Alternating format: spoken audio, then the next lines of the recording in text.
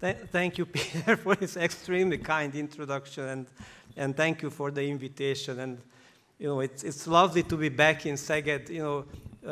As you probably know, that Peter actually, this is his hometown, and this is where he started his scientific career. And we've been friends for a long time, and he used to come to Szeged a lot.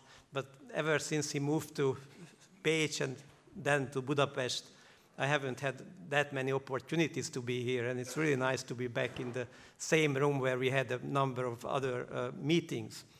I will give a scientific talk, and you will hear some motivational, talks from much more intelligent people than I am in the upcoming. But I thought I was going to talk about the pancreas, because both Peter and I just love the pancreas. And I think this is something I want people to know about, and I want to teach people about the pancreas. It's a very Hungarian problem. So if you look at the different research groups in the world who study the pancreas, we are in the forefront of pancreas research. And actually, it's a sort of a niche research problem. And I focused on, even within this small field, an even more specific problem is called pancreatitis. This is the inflammatory disorder of the pancreas, and the genetic components of this inflammatory disorder, which we call hereditary pancreatitis. And it's hard to believe that, I've spent 25 years trying to figure this out. And then we did make some interesting progress, and I tried to explain it as best I can, and in as simple terms as possible. So this is our pancreas. This is a big digestive gland, which has a very simple function. It makes digestive enzymes and just secretes them into the gut, which help digest food. Anatomically, the islets of Langerhans are also located in the pancreas, so there's an endocrine function. I'm not going to talk about that at all, because that just happens to be in the pancreas, but I will focus on the exocrine pancreas, the digestive function. Now, pancreas has two major types of disorders. Oncological disorders, pancreatic cancer is a very big problem, or inflammatory disorders, which we call pancreatitis. And interestingly, pancreatitis is somehow related to the fact that pancreas makes digestive enzymes. And if some of these digestive enzymes become active inside the pancreas, then you get inflammation and pancreatitis. Now, since none of the other organs produce digestive enzymes, the mechanisms underlying pancreatitis are unique to this tissue. So I will show you some histological pictures, and this is a simple pancreatic section, we call it, which we stain with a standard technique. It's called the hematoxylin eosin staining. And then this is from the mouse. The human looks a little different because the mouse tissue is very, very tightly packed, and you cannot really see the acini. The acinus is the functional unit of the pancreatic tissue. But what you see here is a really pink tissue, which means there's a lot of protein made. So all these proteins are the digestive enzymes. And this looks completely normal. And you can see a Langerhans islet also in the lower left corner. Now, when you have pancreatitis, this changes. And then you get this type of look. So you can see that the tissue architecture is disorganized. There's lots of fluid, edema, which pushes the cells apart. And you see those small dots, in between the pancreatic lobules. So those are inflammatory cells, so there's lots of inflammation. There's also some necrotic areas which are maybe hard to appreciate at this magnification. Those are the, pinkish, disorganized areas. So this is a typical picture of an acute pancreatic attack at the histological level. And since we do mouse experiments, I will show you more of this type of pictures. In the human setting, the pancreas is really not accessible for this kind of analysis, and we have much less chance in the everyday clinic to analyze the pancreas histologically, unless you undergo some kind of surgical operation. So these are the inflammatory disorders of the pancreas which doctors see in the clinic. And there's 3 major types of diseases. The simplest form is called acute pancreatitis, which is an acute attack of inflammation. The leading symptom is just abdominal pain. And in its simplest form, it will resolve within a few weeks. But it always requires hospitalization. There's potential for this disease to become very severe and even deadly, but the mortality is sort of low. It's 1%. And if you happen to go to Peter's hospital, then it's even much lower. Evidence-based medicine, he calls it. You can also, so some people actually develop progressive disease. What we mean by that they can get multiple attacks, and we call that recurrent acute pancreatitis. It's the same disease, but you get recurrences. And sometimes you can get them many times during a year, and it really interferes with the quality of life. Sometimes you get once a year, but this is a problem either way. And eventually these people develop what we call chronic pancreatitis, when there's morphological changes in the tissue, and I will show you some examples from our mouse models. And that's an end-stage disease. The pancreas is largely destroyed, and apart from, the leading symptom is often chronic pain, but you have complications like diabetes because of the destruction of those islets I showed you, or pancreatic insufficiency, just not enough digestive enzymes, and digestive problems also. So the numbers you see in parentheses are those numbers per 100,000 population. That's the incidence, the frequency of the disease. And you can also see that chronic pancreatitis is an important risk factor for pancreatic cancer, even though the mechanism of the 2 diseases are different completely, but the inflammation actually helps cancer to develop.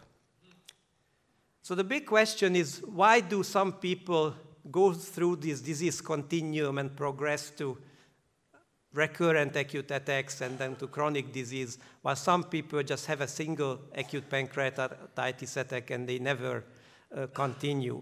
And it turns out that this is defined by the presence of so-called risk factors, which are either environmental.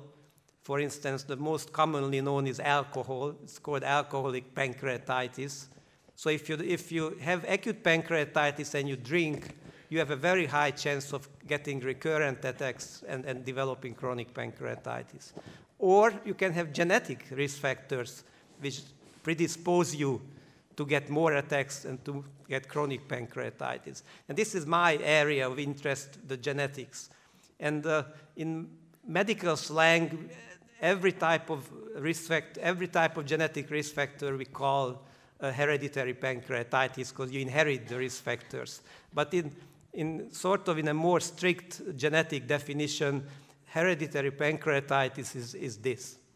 So this is a family tree showing you people who have pancreatitis in a family, and those are the black symbols. And then the gray symbols are people with suspected pancreatitis, so there's not enough clinical records. And this is called an autosomal dominant disease. You can see from this family tree that if you have one parent who has the gene defect and has pancreatitis, then you can inherit the mutation. So these mutations, so-called heterozygous mutations, so one chromosome is affected. You can also figure out from this family tree that it's so-called autosomal, meaning it's not linked to sex chromosomes, the Y or the X chromosome, but it's actually linked to chromosome 7. That you cannot figure out from this, but you can figure out that it's an autosomal disease. What is not shown here, that also there's great variability in penetrance. Penetrance means, does everybody who has the mutation get the disease or not? So in case of this particular disease, about 80% of those who have the mutations will develop pancreatitis. So it's not 100% penetrance. And also there's this term called expressivity. So how bad is the disease? How bad is the phenotype? And pancreatitis is fairly variable. If you have the mutation, you can have less severe, more severe disease, many attacks, a few attacks. It's a highly variable expressivity. Now, it's easy to see if you discover something like this. And this was actually described starting the 1950s, when they noticed that some families have pancreatitis inherited in the families. And this is a great opportunity to study the disease and try to find the mechanism. And then just parenthetically, this is a Hungarian family which was characterized by Balázs Németh here at the University of Szeged. And it's published data. So this is sort of a simplistic paradigm, a scheme, how we study a genetic disease. And again, the real value lies in the fact that you start from human genetic studies. So you know that this is highly relevant to humans because these gene defects are found in people. And once you have the genetic information, you can try to do functional studies of these different gene mutations, because most often these affect proteins. And you can study the protein in the test tube and do functional studies. And if you have some idea what these mutations do to the protein, you can try to model it in an animal. And most often we use mice to do, so this is animal modeling. And if you can recapitulate the phenotypic changes, the disease in the mouse, now you have something which we call a preclinical model, which means we can test drugs in these animals. And if these drugs do work, then you can really take it to the clinic.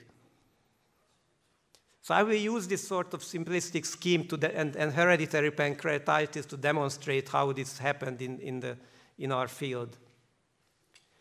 So I mentioned that in 1950s, people started publishing about interesting families where pancreatitis is inherited. They had no idea how it happened.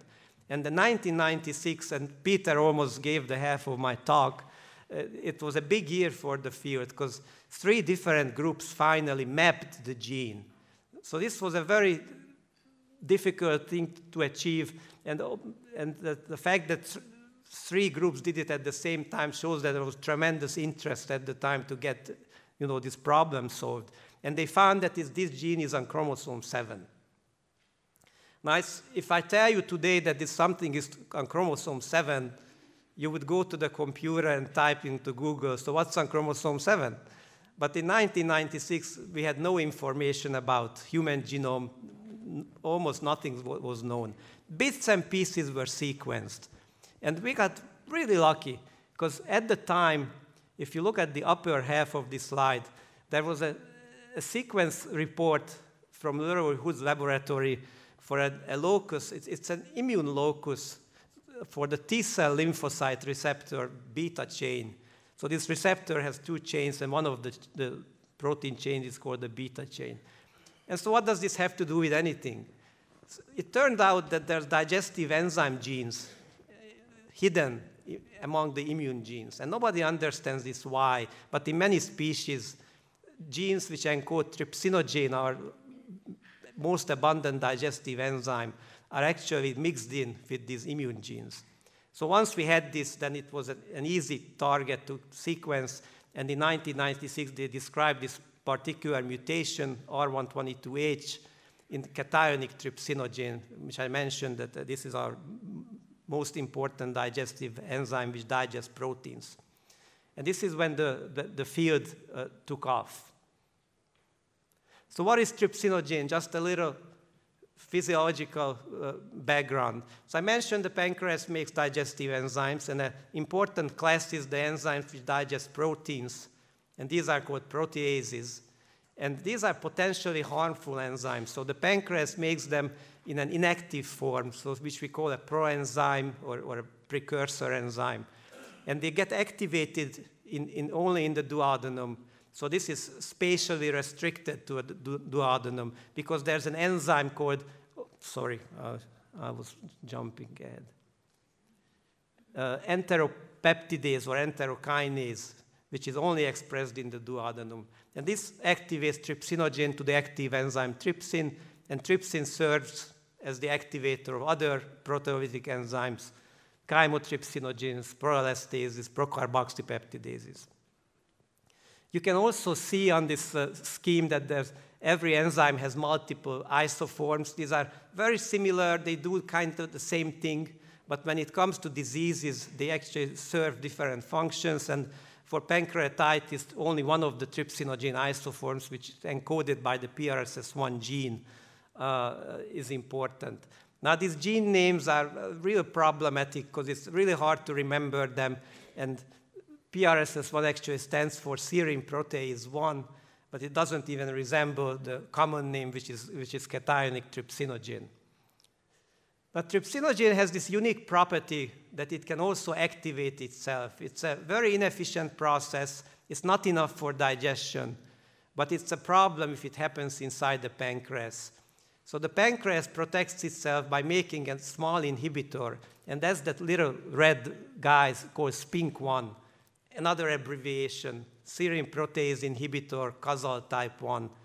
And because the pancreas makes this inhibitor, trypsinogen cannot activate inside the pancreas under normal conditions.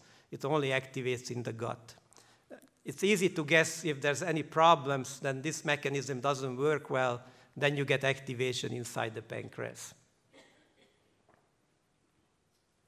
So coming back here, so when we first learned about these mutations and I got interested in this whole subject, we started playing with trypsinogen in the test tube first and putting some mutations in trypsinogen to see what they do to the protein if you just analyze them in a very simple system. And we focused on this process called autoactivation because the hypothesis was that maybe these mutations increase autoactivation to such a degree that the pancreas cannot protect itself anymore. And you get active trypsin inside the pancreas, you get pancreatitis. And this is a typical measurement. It's what you do in a test tube. You have a trypsinogen preparation, and it just converts itself to pure trypsin in an hour. And then you can make different mutant proteins and then just see what you get. It took us many years to realize that it's not as simple as we imagined. Because in humans, the activation of trypsinogen inside the pancreas is also regulated by another digestive enzyme, chymotrypsin C. And chymotrypsin is a very common and abundant digestive enzyme. But among the isoforms, chymotrypsin C happens to be a small isoform which is not made in large quantities. It can act as a true chymotrypsin and digest proteins, but also it can digest other enzymes and have specific regulatory functions. And it has a dual function, and I will show you what it means. It can stimulate activation of trypsinogen, but it also degrades it in a significant way. And when you look at an autoactivation curve I showed you before, this is what it looks like in the presence of chymotrypsin C. So the initial activation is stimulated. If you look at the beginning of the curve, it's a very small effect. But then there's massive degradation. So overall, chymotrypsin C actually protects against pancreatic disease. And the reason I'm showing you this, maybe it's a little difficult to understand the mechanism at first glance, but it turned out that many of the mutations which cause disease actually interfere with this regulatory mechanism. And if I show you the cartoon, I'm not showing you the first, I'm showing you the experiment. The actual experiment is if you take some mutants found in humans and you just run a simple activation experiment, then you can see there's a huge difference compared to wild type. Wild type is efficiently suppressed by chymotrypsin C, but the mutants are resistant and you get much more trypsin. So now I'll show you the cartoon. So what happens if you look at various mutations found in patients, you can see that many of them block degradation, protective degradation, and then some of them increase activation. And either way you do it, you end up with more trypsin, which overwhelms the protective mechanisms, and it pushes them to pancreatitis. I'm not going to talk about in detail other genes, but I note that if you have mutations in genes that encode the trypsin inhibitor or genes that encode chymotrypsin C, and these mutations destroy the function of these genes, you get pancreatitis also.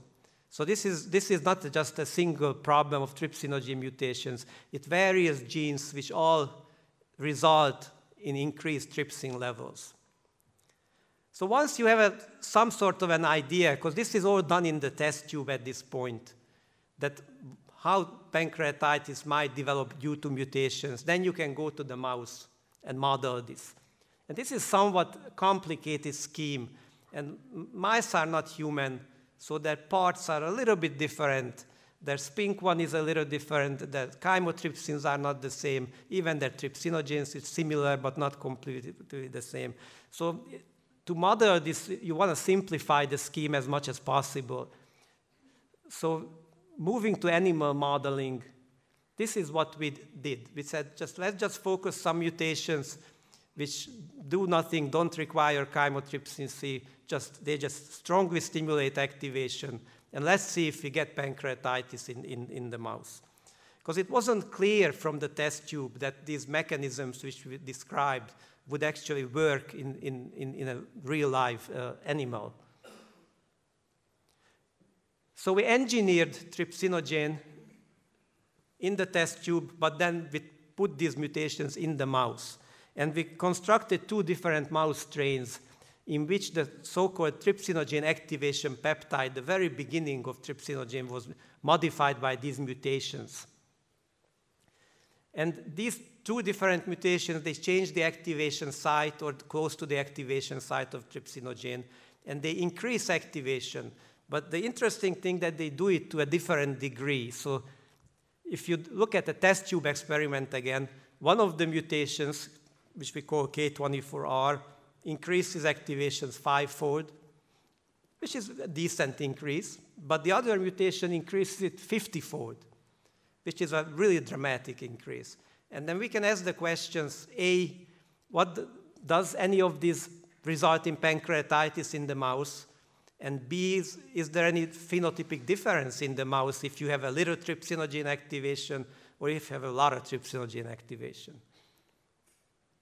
So let's look at the first model, which is a moderate increase in trypsin activity. So we made these mice, we watched these mice, we opened them up, nothing happened.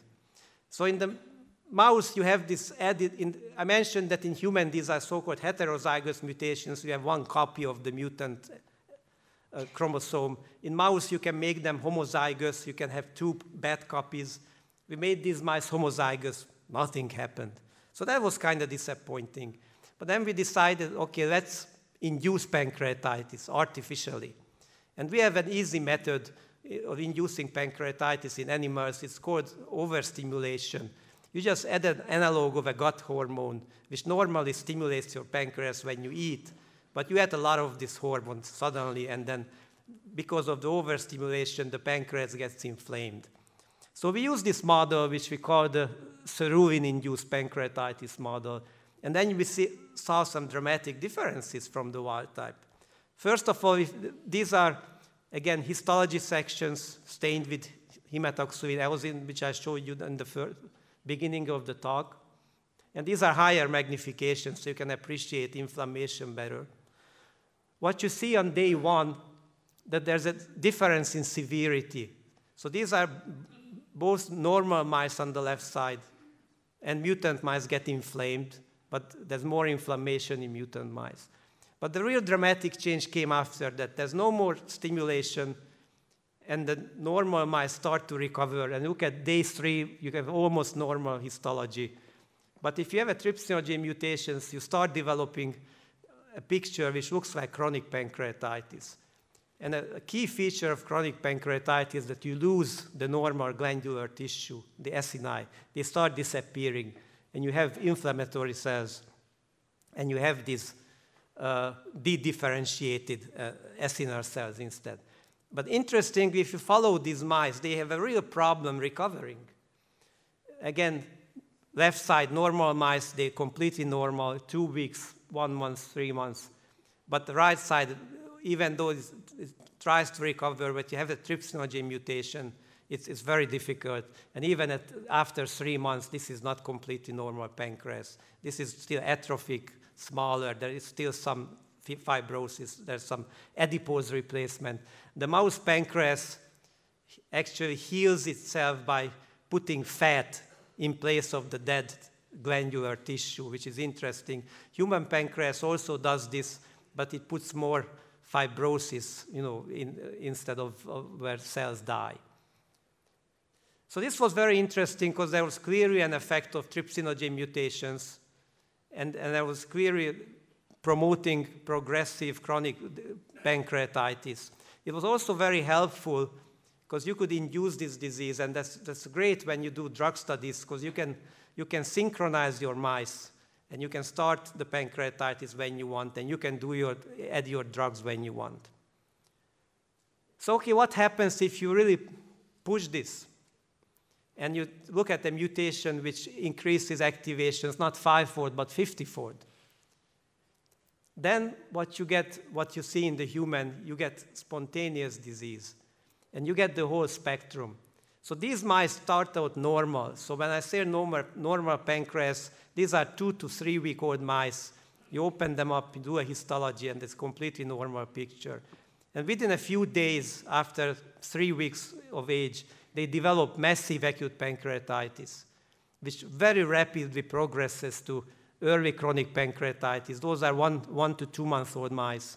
And then to late stage disease, which are 3 to 6 months old mice. So what you have to appreciate on these slides, in the acute phase, again, you see edema, fluids pushing everything apart, and you see many inflammatory cells. And the pink areas those are necrosis, like tissue death. And when you hit the chronic phase, the most dramatic change is that the normal tissue disappears. There's atrophy. And you see these big dilated ducts. Even the ducts are not normal anymore. And in the final stage, as I mentioned, fat moves in, and normal tissue is replaced with fat. And you see many, many, many Langerhans islets. And the reason for that is because the normal tissue disappears, and these islets are normally scattered, but now suddenly they all come together because there's nothing around them to support it. Now, this is a fantastic model to look at, again, drugs, because this completely recapitulates the human situation. You go through progressive disease, you end up with an end-stage chronic pancreatitis. It's not too convenient, though, because just like in humans, you cannot predict when disease will start. So you have to sample a lot of mice to actually characterize the disease process. So just to summarize this, depending on what kind of mutations you use, you have 2 types of phenotypes. You have one type which there's no spontaneous disease, but once you induce pancreatitis, you get beautiful chronic pancreatitis-like features. And there's another model where you have progressive spontaneous disease, much like in humans. So this is where our field stands today. We have a very good understanding how mutations cause changes in trypsinogen and how that might lead to pancreatitis. We have really great success modeling it in the mouse, and these are perfect models to do the drug testing. And drug testing, that hasn't been much done yet, and this is something which is just beginning. And I'll show you one sort of proof of concept, what we did recently in preclinical testing. And then, if you remember the scheme, there's 2 easy options to protect the pancreas. You either inhibit trypsin by a trypsin inhibitor, some small molecule, or since we know chymotrypsins are protective, try gene therapy and increase chymotrypsin levels in the pancreas. And clinically, the human pancreas is accessible during endoscopy, for instance. So it's possible to inject, for instance, some viruses which would increase expression of certain things. So I'll show you one example just quickly for trypsin inhibition, which we did. And we looked at a molecule which is called dabigatran ethoxylate. And this is a commonly used anticoagulant. And a lot of people take it for various diseases, But it also inhibits trypsin. And we measured it against all kinds of mouse and human isoforms. And the so-called inhibitory constant is the number we use to characterize how strong the inhibition is. And this is about 10 to 80 nanomolar, which is not too bad.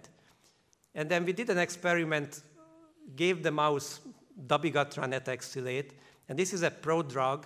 You give it orally, and it gets absorbed quickly, and then it's converted to the active drug, which is called dabigatran.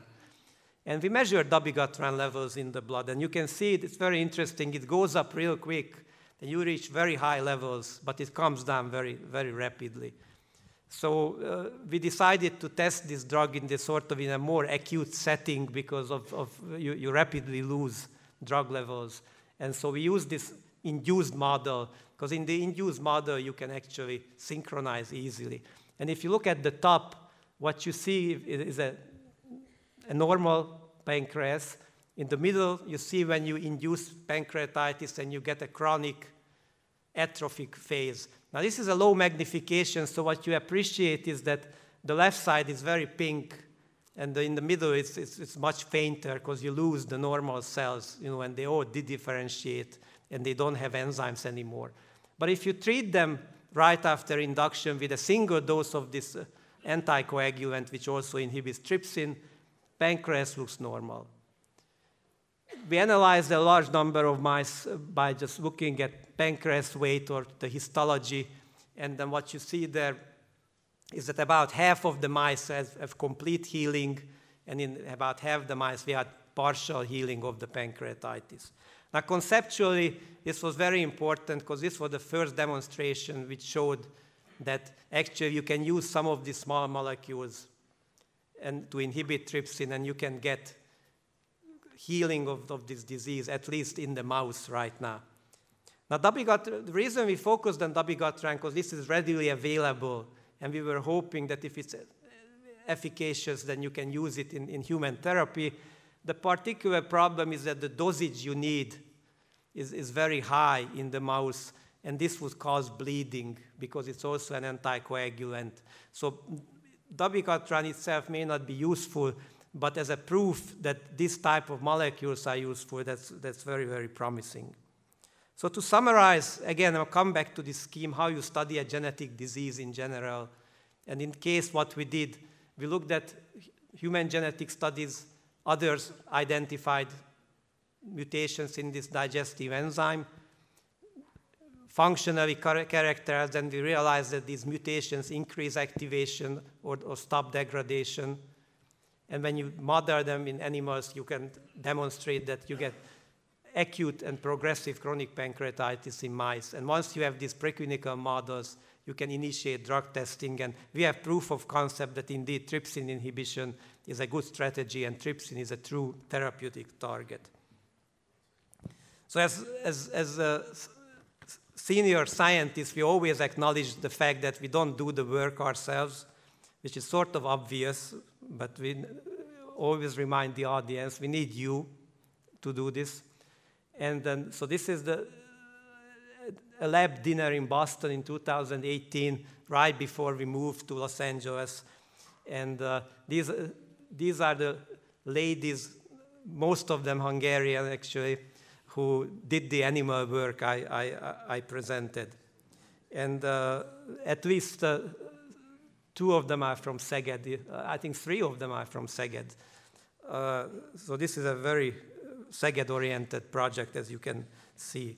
And we moved to UCLA, and we got really lucky because we moved right before the pandemic. And so we could do the move, but then we're standing here with our masks, we took it off for the photo, and it went back up immediately. And we were so lucky we could stay open. And I mentioned Balázs Német, who is standing in the back and who did the characterization of the Hungarian family with hereditary pancreatitis. My wife, Vera, works with me in the lab, and she's standing on the left side, and she's been a great help. And the ladies are also, all of them are from Szeged. So finally, I'd like to acknowledge, if you look at the upper right hand, the Hirschberg Foundation, Agi Hirschberg is also a Hungarian-born philanthropist who decided to really look for a cure, not for pancreatitis, for pancreatic cancer. But ever since we moved to UCLA, he's been very supportive, and he also supported, the meetings we're having in Hungary, which Peter organizes, just what we had in Budapest the other day. So I thank you for your attention.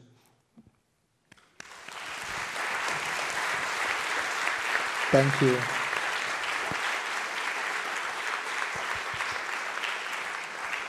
Thank you very much, Miklós. I think it was a very good example that first we need to understand the mechanism, and when we understand the mechanism, this gives us the hope to develop something, some therapies which later on can be translated for society benefit. Questions? Now it's open for questions. I ask the audience. Who has questions? I don't know who is handing the mics, but I am happy to hand you. Thank you very much for this presentation. My question would be, what is the recovery chances after a chronic pancreatitis? What are the recovery chances? None. So this is chronic pancreatitis. We consider end-stage disease, meaning that there's no coming back. You cannot. There's a phenomenon called burning out, which really means that your symptoms may subside, and the lack of digestive enzymes you can actually manage, but just taking drugs with digestive enzymes. Diabetes, that's an endocrine problem you can manage, but tissue healing doesn't happen. And the risk of pancreatic cancer is a lifelong problem, so these people have to be followed closely. Thank you very much. Other questions?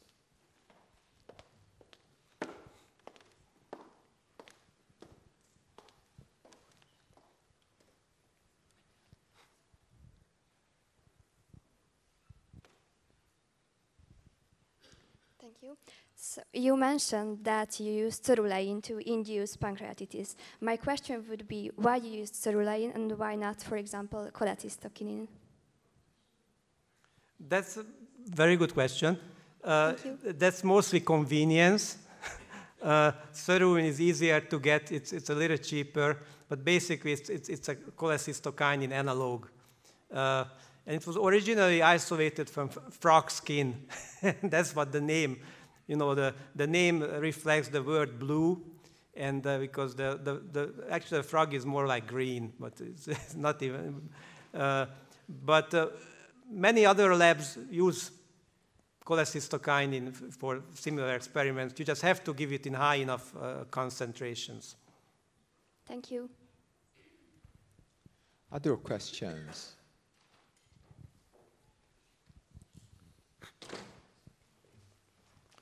Questions. Miklós, may I ask as well? So what next? Because you had really brilliantly showed first in the tube that how the biochemical properties working at the trypsin. You showed and very elegantly about how the preclinical model works. So do you have future ideas about what kind of preclinical models you will try to use to get closer to the therapeutic options? So these are very interesting discussions, and from the upcoming talks, you can actually hear from others how they, switch their focus of their scientific career to other problems. And in my own career, it was a big switch when we moved from the biochemical studies to the animal studies. And that's been about the last 10 years. And as Peter says, we are sort of nearing the end of that era, because we know a lot about the animals. So the next big challenge, and this is really Peter's area, is how you translate something to the clinical utility. And that's not completely clear. Although Peter is very enthusiastic about this, and then he speaks of positive terms. But if I look at our own field, there's a real barrier in moving everything from basic to the clinical side. And our focus will be preclinical studies mostly for the next probably 5 years, but also starting discussions with clinicians, how we can actually move this to the best side and how we can do tests, you know, with some of the more promising drug candidates in patients. But it won't, I don't think it will be easy, but it will pick up momentum, and I would guess in the next 10 years we will have similar successes with the clinical side as we had with the preclinical side. Thank you. And I just, you have mentioned dabigatran as a drug which you tested, the trypsin, as a trypsin inhibitor, but millions of people are taking, as you mentioned, for anticoagulation. Does have any effect in the therapeutic concentration which would affect the pancreas, because that's maybe a potential side effect of it? So people did epidemiological studies, so they looked at patient charts who take dabigatran for any reason. Do they have more pancreatitis, less pancreatitis? And they showed a positive effect. Now the problem with these epidemiological studies is that people who take dabigatran have all kinds of other problems, obviously, because they take dabigatran for a reason. So it's really difficult to sort out why they have less pancreatitis. But the incidence of pancreatitis among those who take this drug is lower than in the general population. But so far there's been a single study like that, so that also needs to be confirmed by other studies. So thank you very much, Miklós, again. And now I would like to ask András, be careful.